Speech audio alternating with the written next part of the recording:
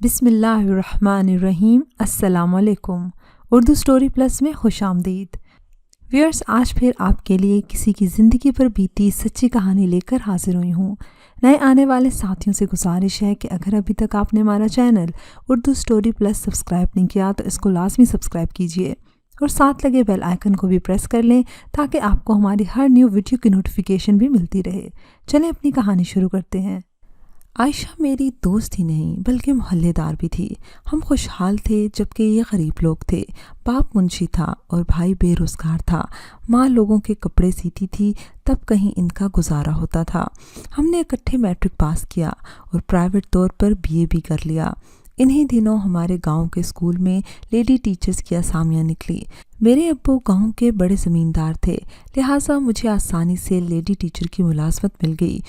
दूसरी असामी खाली थी। उम्मीदवार तो कई लड़कियां थीं, लेकिन इस सीट की वही हकदार हो सकती थी जिसके पास कोई बड़ी सिफारिश होती या फिर बतौर रिश्वत देने को मोटी रकम। मैं जानती थी आयशा बहुत ज़रूरतमंद लड़की है। वो कई बार मुझसे दरख्वास्त भी कर चुकी थी कि ज़ायदा अपने अब्बू को कहकर ये नौकरी मुझे दिलवा दो। मैंने वालिद साहब की मिन्नत की कि आप सिफारिश करें और आयशा की तैनाती करवा दें। वो बेचारे गुर्बत के हाथों तंग है। वालिद साहब का काफ़ी सियासी असर रसूख था। मेरे इसरार पर इन्होंने ये जगह आयशा को दिलवा दी और अब्बू की सिफारिश से इसका काम भी बन गया। आयशा बहुत खुश थी। अब वो एक प्राइमरी स्कूल टीचर थी जो सरकारी था। देहात में सरकारी स्कूल की उस्तानी होना गरीब घरानों की लड़कियों के लिए बड़ी खुशनसीबी समझी जाती थी, जबकि मैंने शौकिया मुलाजमत इख्तियार की थी क्योंकि घर में बोरियत होती थी। हमारा स्कूल गांव से कोसों दूर था और हम टांगे पर आती जाती थी। स्कूल में सिर्फ 3 उस्तानियाँ थी। हर उस्तानी हफ्ते में 2 छुट्टियाँ करती और बाकी 2 स्कूल को संभालती। इस तरह बारी बारी सबको सफ़र की परेशानी से निजात मिल जाती थी। एक बार मैं मौसमी बुखार में मुब्तला थी तो हफ्ता भर तक ड्यूटी पर ना जा सकी। आयशा अकेली जाती थी, वो छुट्टी भी ना कर सकती थी। एक रोज़ वो मुझको देखने घर आई, कहने लगी, साइदा जल्दी से ठीक हो जाओ, मुझे अकेली ड्यूटी पर जाना पड़ता है और मैं बड़ी परेशान हूँ। परेशान क्यों हो? मैंने सवाल किया। कहने लगी, तांगे पर मैं अकेली होती हूँ। 2-3 दिन से एक नौजवान सफ़ेद गाड़ी पर तांगे के पीछे आता है। वो मेरा ताक़ुब करता है तो मैं बहुत वहशत ज़दा हो जाती हूँ। इस इलाके में सफ़ेद गाड़ी हमारे पास थी या फिर साथ के गांव वाले नंबरदार के बेटे के पास। यकीनन फिर ये ताक़ुब करने वाला हमसाया नंबरदार का सपूत ही हो सकता है। ये मेरे भाई का क्लास फेलो अजमल खान था। बहरहाल मैंने आयशा को तसल्ली दी कि परेशान मत हो, 1-2 रोज़ की बात है, मैं ठीक हो जाऊंगी, फिर तुम अकेली न रहोगी। बताती चलूँ कि आयशा का निकाह इसके खालाजाद से हो चुका था जिसका नाम कयूम था। कयूम एक देहाती लड़का था और वो देहाती सोच रखता था। वो ताक़ुब की वजह से शक व शुबा में मुब्तला हो सकता था जिससे आयशा की ज़िंदगी ख़तरे में पड़ सकती थी। जब मैं ठीक होकर स्कूल जाने लगी तो तांगे वाला बीमार पड़ गया और हमें स्कूल लाने और पहुंचाने से कासिर हुआ। तब हम लारी अड्डे से स्कूल आने जाने लगी। लारी अड्डा घर से दूर नहीं था। हम दोनों पैदल जाती और वहां से स्कूल जाने के लिए वैगन मिल जाती जो दीगर उस्तानियों को भी लेकर जाती थी। यूँ मैं 10-15 रोज़ तक इस ताक़ुब करने वाले को ना देख सकी। मैंने आयशा को मशवरा दिया कि वो तांगे की बजाय वैगन पर ही जाया करे। इस तरह जल्दी हम अपनी मंजिल तक पहुंच जाते हैं। और दूसरी तसल्ली ये थी कि तांगे पर जाने से हमारा ताक़ुब आसान था, जबकि वैगन में हम अंदर बैठी थी और ताक़ुब करने वाले को ज़्यादा वाज़िया तौर पर हम नज़र नहीं आती थी। वालिद साहब शहर गए हुए थे। जब वापस आए तो उन्होंने दोबारा तांगा लगवा दिया क्योंकि हमको वो घर के दरवाजे से बिठाता और स्कूल के दरवाजे पर उतारता था, जबकि वैगन में जाने से लारी अड्डे से पैदल घर और स्कूल जाना पड़ता था। तांगे में जाते हुए दूसरा दिन था कि सफ़ेद कार ने ताक़ुब किया। मैंने कार में बैठे शख्स को देखा। ये हमसाये नंबरदार का बेटा ही था। सोचा अब्बू से इसकी शिकायत करूंगी। अम्मी से जिक्र किया तो वो कहने लगी, तुम इस मसले में मत पड़ो, तुम्हारे अब्बू से कहकर तुम्हारे लिए सवारी का इंतज़ाम करा देती हूँ। आयशा का क्या बनेगा अम्मी जान? वो भी तुम्हारे हमरा चली जाया करेगी। ड्राइवर का इंतज़ाम हो जाए तो गाड़ी पर चली जाना। किसी भरोसे के ड्राइवर का इंतज़ाम ना हो सका क्योंकि अनजान ड्राइवर के साथ अब्बू ख़वातीन खाना खुसूसन बेटी को भेजना मायूब ख्याल करते थे। इस तरह गांव के लोगों को बातें बनाने का मौका मिलता था। हम इस तरह कभी तांगे और कभी वैगन पे जाती रहीं। अम्मी के मना करने पर मैंने वालिद साहब को भी सफ़ेद गाड़ी वाले के बारे में कुछ न बताया। इन्हीं दिनों आयशा की रुखसती हो गई और वो 1 माह की छुट्टी पर चली गई। चंद दिन बाद गर्मियों की छुट्टियां हो गई। ये मामला पीछे चला गया। आयशा अपने मंगेतर से बेहद प्यार करती थी और अब शादी के बाद बहुत खुश थी। नौकरी जारी रखना चाहती थी। वो खालिसतन एक घरेलू किस्म की लड़की थी, ताहम नौकरी इसकी मजबूरी थी जिसे जारी रखे बगैर कोई चारा ना था। इसका ससुराली घर काफ़ी दूर था। वो हमारे गांव से 8 मील दूर एक बस्ती में रहती थी। आयशा की शादी के बाद मेरा इसका साथ छूट गया। मैं अपनी गाड़ी में जाने लगी और वो ड्यूटी पर वैगन से आती जो इसके शोहर की बस्ती से चलती थी। वो चाहती थी कि इसका तबादला इसके ससुराली बस्ती में हो जाए, लेकिन ऐसा फ़िलहाल मुमकिन ना था। नाचारा पढ़ाने के लिए इसको आना ही पड़ता था। अब तो फासला और ज़्यादा हो गया था। मैं बहुत थक जाती हूँ। शाम को जाकर खाना बनाती हूँ और घर का सारा काम भी करती हूँ। आयशा ने शिकायत की। अब्बू से कहकर तुम्हारा तबादला नज़दीकी शहर करवा दूंगी, मैं इसे तसल्ली दिया करती थी। इन्हीं दिनों फिर इसने शिकायत की कि जब भी वो लारी अड्डे में वैगन के इंतज़ार में खड़ी होती है तो वो ताक़ुब करने वाला दीवाना भी वहाँ आ जाता है।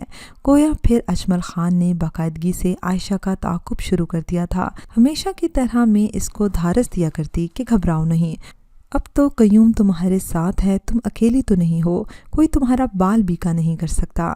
आयशा दरअसल इस बात से परेशान नहीं थी कि कोई इसका पीछा करता है। वो परेशान इस वजह से थी कि शोहर को कोई गलत फहमी ना हो जाए। वो अगर शक व शुबे में मुब्तला हो गया तो क्या होगा। इसने मुझे बताया कि कयूम इससे बेपनाह मोहब्बत करता है, लेकिन शक व शुबा इसके मिजाज का खासा है। वो गरीब बस इसी बात से खौफज़दा थी कि कहीं लेने के देने ना पड़ जाएं। उधर अजमल ख़ान ने जब से आयशा की एक झलक देखी थी इसका दीवाना हो गया था। झलक भी ऐसे कि वो तांगे से उतर रही थी, तभी तेज़ हवा से निकाब एक तरफ हुआ तो अजमल ख़ान ने इसका चांद जैसा मुखड़ा देख लिया। वो पर्दा करती थी, सदा निकाब से चेहरा ढांप कर रखती थी, लेकिन ये एक झलक इसके लिए बदबख्ती का बहाना बन गई। अजमल ख़ान ने आयशा के बारे में मालूमात स्कूल की चपड़ासन से ली। वो एक नहायत गरीब औरत थी। नंबरदार के बेटे ने इसकी मुट्ठी गर्म करके इस औरत को अपनी मुट्ठी में ले लिया था। उस दिन दोपहर के 12 बज रहे थे। आयशा लारी अड्डे पर खड़ी थी। काफ़ी देर हो गई थी। वैगन नहीं आती दिखाई दे रही थी। वो घबरा गई थी। मुस्तकिल सवारियों को लेने के लिए वैगन ऐन स्कूल के छुट्टी के टाइम पर लारी अड्डे पर आ जाती थी।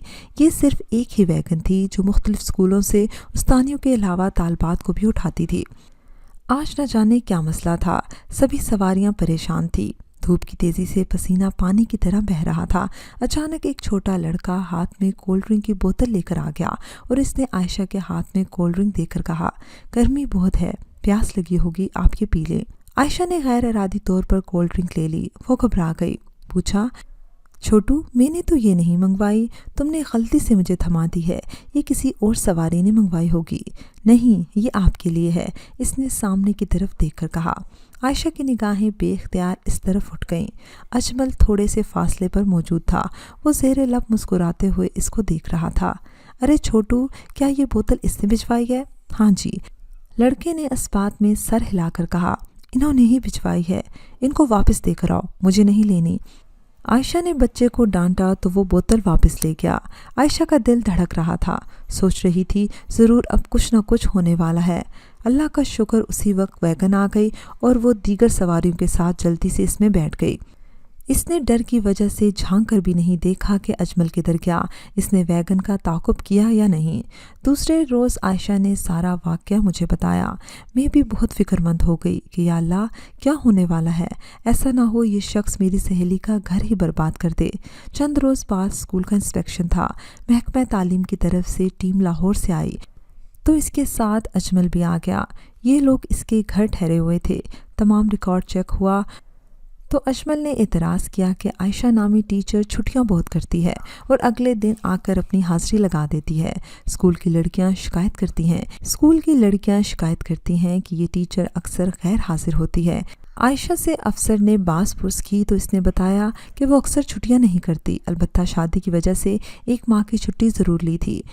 لیکن اجمل نے جان بوجھ کر یہ معاملہ جاری رکھا، جیسے وہ کسی بات کا انتقام لینا چاہتا ہو۔ جب ٹیم چلی گئی تو وہ اسکول میں ہی رک گیا اور مائی کو کہا کہ عائشہ ٹیچر کو بلاؤ۔ جب عائشہ گئی تو کہنے لگا، تم جانتی ہو نا میں اس علاقے کا چیئرمین ہوں، تمہاری ایک جھلک دیکھ کر تمہارا دیوانہ ہو چکا ہوں، اب اگر مجھے ٹھکراؤ گی تو اچھا نہ ہوگا۔ میں ایک شادی شدہ عورت ہوں اور کسی کی امانت ہوں، خدا کے لیے آپ میرا پیچھا چھوڑ دیں ورنہ میں نوکری چھوڑنے پر مجبور ہو جاؤں گی۔ میں ہر قیمت میں تمہیں حاصل کر کے رہوں گا، تم مجھ سے طلاق لے لو، مجھے تم قبول ہو، مجھ سے تعاون کرو ورنہ میرا اثر رسوخ تم جانتی نہیں ہو۔ بیچاری عائشہ ڈر گئی۔ اس کے جانے کے بعد وہ مجھ سے لپٹ کر رونے لگی، بولی لگتا ہے میرے مرنے کے دن آ گئے ہیں، خدا را کوئی تو اس کو روکے ورنہ نہ جانے کیا ہو جائے۔ میں نے اس کو چپ کروایا، دھارس تھی کہ پریشان مت ہو، میں تمہاری ضرور مدد کروں گی، بھیا سے کہوں گی کہ وہ اجمل کو سمجھائے۔ اس کے بعد چپڑاسن کے ذریعے اجمل عائشہ کو الٹے سیدھے سندیسے بھجوانے لگا۔ جب وہ بستی کے اسکول سے لاری اڈے آتی تو وہ گاڑی لے کر آ جاتا، اسے مجبور کرتا کہ گاڑی میں بیٹھو، سیر کرا کر 1-2 گھنٹے میں چھوڑ دوں گا۔ وہ بگڑا ہوا زمیندار کا بیٹا تھا، وہ ہر صورت میں عائشہ کو حاصل کرنا چاہتا تھا۔ تم اپنی راہ لو، میں کوئی بکاؤ مال نہیں ہوں، عائشہ نے سختی سے جواب دیا۔ گاؤں کے نمبردار کا بیٹا اپنے آپ کو کوئی اعلیٰ شے سمجھتا تھا، اس کو اس انکار کی ایسی توقع ایک معمولی لیڈی ٹیچر سے نہ تھی۔ گاؤں کی لیڈی ٹیچرز تو ان کے نزدیک مرغیوں سے بھی کم وقت رکھتی تھی، جن کو جب چاہو جھپٹ کر پکڑ لو اور ذبح کر دو۔ ان کا کم حیثیت مالک اگر واویلا کرے تو دام چکا دو، دام پر راضی نہ ہو تو جیل کی ہوا کھلوا دو۔ عائشہ کے معاملے میں مگر ایسا نہ ہو سکا، اس نے ہر دفعہ ہر قدم اور ہر موڑ پر اسے ٹکا سا جواب دیا اور تہیہ کر لیا کہ اگر اس اوباش امیر زادے نے اس کا پیچھا نہ چھوڑا تو وہ نوکری چھوڑ دے گی۔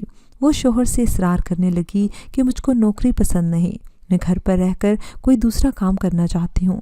شوہر اصل حالات سے نا واقف تھا، تبھی اس نے بیوی کی باتوں کو سنجیدگی سے نہ لیا۔ وہ قیوم کا مزاج جانتی تھی، اگر یہ بتا دیتی کہ اجمل اس کو تنگ کرتا ہے تو وہ جھگڑا کرتا، تب یقیناً کسی کی جان جاتی اور کوئی پھانسی چڑھ جاتا۔ وہ امید سے ہو گئی تو بہانہ ہاتھ آ گیا، اس نے چھٹی لے لی اور گھر بیٹھ گئی۔ چاہتی تھی کہ استعفیٰ دے دے، مگر بلا وجہ استعفیٰ دینا قیوم کے نزدیک ایک احمقانہ حرکت تھی۔ بھلا لگی لگائی سرکاری نوکری کون چھوڑتا ہے؟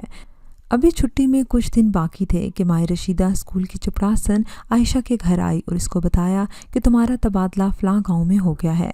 یہ ایک دور دراز گاؤں تھا، اصولاً تو کسی لیڈی ٹیچر کا اپنے گھر سے اتنی دور تبادلہ نہیں ہو سکتا، لیکن چیئرمین جو چاہے کر سکتا ہے۔ یہ تبادلہ محض عائشہ کو ہراساں کرنے کے لیے کیا گیا تھا، ظاہر ہے وہی تبادلہ رکھوا سکتا تھا جس نے یہ کروایا تھا۔ عائشہ نے مجھے گھر آ کر بتایا، میں نے ابو سے بات کی تو انہوں نے کہا کہ میں کوشش کروں گا، لیکن سمجھ میں نہیں آ رہا کہ اس بچی کا اتنی دور کیوں تبادلہ کروا دیا گیا ہے۔ عائشہ کی چھٹیاں پوری ہو گئیں تو وہ ڈیوٹی نبھانے اسکول آئی۔ وہ بہت پریشان تھی، کہنے لگی دیکھ لینا میرے ساتھ کوئی بہت برا ہونے والا ہے۔ میں نے کہا تم کو وہم ہو گیا ہے، ذرا سی بات پر خوف زدہ ہو جاتی ہو۔ میں نے ابا جان سے تمہارے تبادلے کو رکوانے کی بات کی ہے، محکمہ تعلیم میں ان کا کافی اثر و رسوخ ہے، انشاءاللہ جلد تمہارا تبادلہ منسوخ ہو جائے گا۔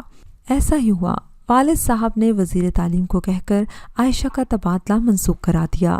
تو اس بات سے اجمل کو مزید آگ لگ گئی اور وہ اس کو اپنی توہین خیال کرتے ہوئے اناق کا مسئلہ بنا بیٹھا۔ اس واقعے کے ٹھیک 1 ہفتے بعد جب کہ عائشہ ویگن سے اتر کر اسکول جا رہی تھی، ایک گاڑی اس کے قریب آ کر رکی اور 2 نقاب پوش افراد نے اس کو پکڑ کر گاڑی میں ڈال دیا۔ انہوں نے اس کے منہ پر رومال رکھ دیا تھا جس سے وہ بے ہوش ہو گئی۔ وہ لوگ عائشہ کو کسی نامعلوم مقام پر لے گئے جہاں اجمل نے اپنی خوشی اور مرضی پوری کر لی اور عائشہ کی عزت کا خون کر دیا گیا۔ شام کو اس سے سوال کیا گیا کہ اب تم کہاں جانا چاہو گی؟ وہ روتے ہوئے بولی مجھے میری سہیلی کے گھر پہنچا دو۔ وہ لوگ اسے ہمارے گھر کے دروازے پر اتار کر چلے گئے۔ उस रोज़ आयशा की ऐसी हालत थी कि वो खून के आंसू रो रही थी। इसने फरियाद की कि तुम एक बड़े बाप की बेटी थी, एक ज़मींदार की साहबजादी थी, तभी किसी ने तुम्हारी तरफ मैली आंख से देखने की जुर्रत न की, और मैं एक गरीब की बेटी थी। बदकिस्मती से ऐसी सरजमीन पर पैदा हो गई जहाँ गरीबों की कोई वक़्त नहीं होती। इसकी फरियाद रुला देने वाली थी। मैं दिल में बहुत शर्मिंदा थी कि वो कब से मुझे कह रही थी, मदद मांग रही थी। मैं इसके साथ झूठे वादे ही करती रही, झूठी तसल्लियाँ ही देती रही और अमली तौर पर इसकी मदद ना की। दरअसल मैं अब्बू से बहुत डरती थी। इनका औलाद पर काफ़ी रौब था। ऐसी बातें कहते हुए हमको 100 बार सोचना पड़ता था। मुझे खौफ था कि अगर सहेली के बारे में बताया कि कोई इसका ताक़ुब करता है तो अब्बा जान ना सिर्फ इसका अपने घर दाखला बंद करा देंगे बल्कि मुझे भी मुलाजमत से मना कर देंगे। भाई मेरा ऐसे मामलात में और भी ज़्यादा हसास था। यही सबब था जो मैं आयशा की मदद ना कर सकी। आयशा के साथ जुल्म हुआ। इसके बाद इसने नौकरी भी छोड़ दी, इस डर से कि कहीं शोहर शक व शुबा में मुब्तला ना हो जाए। इसने इस जुल्म पर ज़ुबान बंद रखी और लफ्ज़ ही लिए, लेकिन जहनी धचका ऐसा था कि वो अरसा तक गुमसुम रही। जब इसने एक बच्चे को जन्म दिया तब थोड़ी सी नॉर्मल हुई और अपने बच्चे के प्यार में बहल गई, वरना लगता था कि अब वो कभी ना मुस्कुरा सकेगी। कहने को ये एक मामूली सी कहानी है और मामूली सा वाक़या। ऐसे वाक़यात देहात में गरीब लड़कियों के साथ होते रहते हैं और इनकी दाद रसी करने वाला कोई नहीं होता। गरीब लोग अगर फरियाद भी करें तो वो कसूरवार ठहराए जाते हैं। अगर पुलिस में जाएं तो पुलिस भी इनकी गुर्बत से नाजायज़ फ़ायदा उठाती है। ऐसे में इन्हें मजबूरन फिर अपने नंबरदार ही की पनाह लेनी पड़ती है। नंबरदार नेक हो तो आफियत है, अगर वो या उसकी औलाद अयाश हो तो किसी की क्या मजाल जो लब खोले।